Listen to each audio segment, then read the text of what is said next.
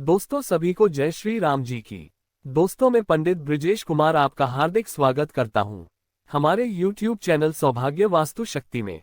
दोस्तों आज मैं आपको सास और बहू के अच्छे संबंध बनाने के बारे में जानकारी दूंगा। इस जानकारी को देखने से पहले जिन दोस्तों ने चैनल को भी सब्सक्राइब नहीं किया है वह चैनल को अवश्य सब्सक्राइब कर लें ताकि आने वाली सभी वीडियो का नोटिफिकेशन जल्द से जल्द आपको प्राप्त हो सके। दोस्तों जानकारी इस प्रकार है। 1. हिंदू धर्म शास्त्रों में पुत्र का बहुत महत्व है। पुत्र को अपने माता पिता अपने पितरों को नरक से बचाने वाला कहा गया है। हर माता पिता की यह हार्दिक इच्छा होती है कि उनके योग्य और वंश का नाम रोशन करने वाला पुत्र हो जिसके साथ वह अपना जीवन बिता सके। 2. हर व्यक्ति चाहता है कि उसके घर में सुख शांति हो, लेकिन कई बार देखा जाता है कि परिवार में लड़के की शादी होने पर जब घर में बहू आती है तो परिवार के लोगों का उसके साथ सामंजस्य नहीं बैठ पाता है, घर में कलह होनी शुरू हो जाती है। आजकल शादी के बाद अलग रहने का चलन बहुत ही ज्यादा बढ़ गया है। इससे माँ बाप जिन्होंने अपने पुत्र को बड़े ही लाड़ प्यार से पाला होता है कि स्थिति बहुत ही विकट हो जाती है। पहले पुत्र को बुढ़ापे का सहारा कहा जाता था, अब पुत्र जब पढ़ लिख कर कुछ करने लायक होता है बहुधा देखा जाता है कि शादी के बाद अपनी पूर्णतया अलग ही दुनिया बसा लेता है। या तो अलग हो जाता है या साथ रहकर भी ऐसी स्थिति हो जाती है कि अलगाव ही बना रहता है। इसके बहुत से कारण हो सकते हैं। 3. शादी के बाद एक लड़की अपना सब कुछ छोड़कर एक नए घर नए वातावरण में आती है। वहां पर उसे अपना सबसे नजदीकी अपना पति ही लगता है जिसको वह अपना तन मन धन सब कुछ सौंप देती है। लेकिन उस घर में उसके पति के पहले से ही रिश्ते माता पिता भाई भाभी बहन बहनोई होते हैं जिनके साथ वह लंबे समय से रह रहा होता है। इन रिश्तों से आपसी सामंजस्य बनाना बहू और परिवार के अन्य सदस्यों के लिए कई बार बहुत ही कठिन हो जाता है। 4. इसके अतिरिक्त आजकल की संस्कृति तेजी से बढ़ते टीवी इंटरनेट के चलन बढ़ते भौतिकवाद के कारण भी नवदंपति अपनी एक अलग ही रूमानी दुनिया का सृजन कर लेते हैं जिसके कारण भी कई बार टकराव होने लगता है। 5. याद रखिए साथ में रहने से परिवार और नवदंपति दोनों को ही बहुत लाभ होते हैं। उस घर की आने वाली संतानें सुशिक्षित और सुसंस्कृत होती है, परिवार में आर्थिक सामाजिक और मानसिक सुरक्षा रहती है, बड़ी से बड़ी मुश्किलें भी आसानी से हल हो जाती है। 6. परिवार में टकराव अनबन सबसे ज्यादा सास और बहू के बीच ही होती है, लेकिन इसका सबसे ज्यादा बुरा प्रभाव लड़के पर ही पड़ता है। यहाँ पर हम कुछ उपाय बता रहे हैं जिससे सास बहू के बीच कलह दूर रह सकती है।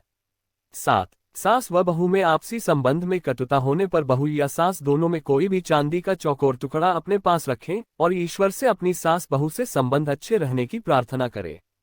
इससे दोनों के बीच में संबंध प्रगाढ़ होते हैं। 8. सास या बहू में जो भी कोई संबंध सुधारने को इच्छुक हो वह शुक्ल पक्ष के प्रथम बृहस्पतिवार से माथे पर हल्दी या केसर की बिंदी लगाना शुरू करें।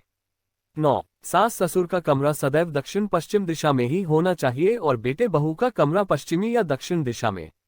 अगर बेटे बहू का रूम दक्षिण पश्चिम में होता है तो उनका सास ससुर से झगड़ा बना ही रहेगा, घर में आए दिन कलेश रहेगा। परिवार पर अपना नियंत्रण रखने के लिए इस दिशा में घर के बड़ों को ही रहना चाहिए। 10. किचन कभी भी घर के ईशान कोण या मध्य में ना हो, यह आपसी संबंधों के लिए बेहद घातक है। घर की रसोई आग्नेय कोण यानी उत्तर पूर्व में होनी चाहिए। रसोई गलत जगह में होने पर सास बहू के आपसी क्लेश मनमुटाव बना ही रहेगा। अगर रसोई में दोष है तो उसके आग्नेय कोण में एक लाल रंग का बल्ब लगा दें। इसके अतिरिक्त अगर रसोई घर आग्नेय दिशा के स्थान पर किसी और दिशा में बनी हो तो उसकी दक्षिण और आग्नेय दिशा की दीवार को लाल रंग से रंग कर उसका दोष दूर किया जा सकता है। 11. जिस घर की स्त्री बहू घर के वायव्य अर्थात उत्तर पश्चिम कोण में शयन निवास करती है वह अपना अलग से घर बसाने के सपने देखने लगती है। इसलिए इस दिशा में नई दुल्हन को तो बिल्कुल भी नहीं रखे, अन्यथा उसका परिवार के साथ अलग होना तय है। वास्तु शास्त्र के नियम अनुसार दक्षिण पश्चिम कोण में सास को सोना चाहिए, उसके बाद बड़ी बहू को पश्चिम दिशा में और उससे छोटी बहू को पूर्व दिशा में शयन करना चाहिए। इससे घर की स्त्रियों में प्रेम बना रहेगा। 12. सास बहू में कलेश होने पर जो चाहता है कि आपसी रिश्ते सुधरे उसे गले में चांदी की चिन्ह धारण करनी चाहिए और यह भी ध्यान रहे कि कभी किसी से भी कोई सफेद वस्तु न ले। 13. मंगलवार को सूजी का हलवा बनाकर उसको मंदिर के बाहर बैठे गरीबों में स्वयं बांटना चाहिए। 14. अगर घर में सास बहू में सदैव कलह रहती हो तो घर के मुख्य द्वार पर बाहर की ओर श्वेतार्क सफेद आग के गणेश लगाए, इससे घर में सुख शांति बनी रहेगी। 15. घर में सुख शांति के लिए बहू को चाहिए कि सूर्योदय से पहले घर में झाड़ू लगाकर कचरे को घर के बाहर फेंके, ये किसी काम वाली बाई से भी करा सकते हैं। 16. गृहस्थ जीवन में पत्नी को हमेशा पति के बाईं ओर ही शयन करना चाहिए, इससे पति और पत्नी के मध्य प्रेम बना रहता है। 17 यदि किसी महिला की सास या ससुर उससे नाराज रहता हो तो वह महिला प्रतिदिन जल में गुड़ मिलाकर सूर्यदेव को अर्घ्य दे तो उसकी यह समस्या दूर हो जाती है। 18 यदि किसी परिवार में सास बहू में झगड़ा होता रहता हो तो बहू पूर्णिमा की रात में खीर बनाकर चंद्रमा की किरणों में रखे और फिर वह खीर अपनी सास को खिला दे। इससे सास बहू में बनने लगेगी। यह उपाय अगर बहू ना करे तो सास भी कर सकती है। कोष्टक 19 कहते हैं जो सास अपनी बहू को अपनी बेटी मानती है, उसे अपनी बेटी की तरह ही लाड़ प्यार करती है, उसकी स्वयं की बेटी का भी दाम्पत्य जीवन सदैव सुखमय रहता है। उससे देवता भी प्रसन्न रहते हैं, उसका और उस घर के बुजुर्गों का स्वास्थ्य ठीक बना रहता है। वह जीवन के अंतिम समय तक भी बिस्तर पर रोगी बनकर नहीं रहते हैं, अर्थात उनका शरीर उनका साथ देता है। 20 इसी तरह जो बहू अपने सास ससुर की अपने माता पिता की तरह सेवा करती है, उसके स्वयं के माता पिता को कोई भी कष्ट नहीं उठाना पड़ता है। उनका बुढ़ापा बहुत आसानी से हंस खेल कर कट जाता है। 21 जो बहू अपने सास ससुर और ससुराल वालों के साथ मिलकर रहती है, उनका ध्यान रखती है, उनका दिल नहीं दुखाती है, अर्थात घर में प्रेम और हर्ष के बीज को लगाकर उसकी देखभाल करती है, उसे पौधे और वृक्ष का रूप देती है, उसके पति बच्चों पर कोई भी आकस्मिक विपदा नहीं आती है, उस परिवार में धन की कोई भी कमी नहीं होती है और उस स्त्री और उसके पति से रोग दूर दूर ही रहते हैं।